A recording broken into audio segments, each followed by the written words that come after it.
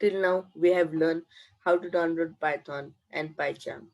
So today we are going to execute our first code. So for executing code, just go to File and click on New Project. By this, you can create a new project and just click on Create. If you want to change its name, you can change from here like this. I am doing Python Kurul and then click on Create.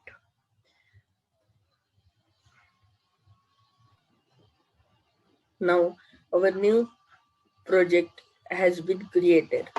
For creating new Python file in the project, just click on New, click on Python file and write new Python file's name.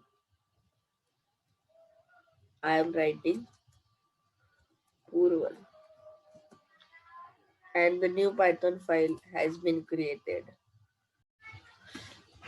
And Python file has the extension py. Now we are going to execute our first code. So write print all in small case and write your name. I am writing Purval and just go on run tab and click on run. Now click on your file which you are going to run. I am going to run Purval, so I will click on Purval. Now as you can see our code has been run. You can see we have wrote the Purval and same thing has been run.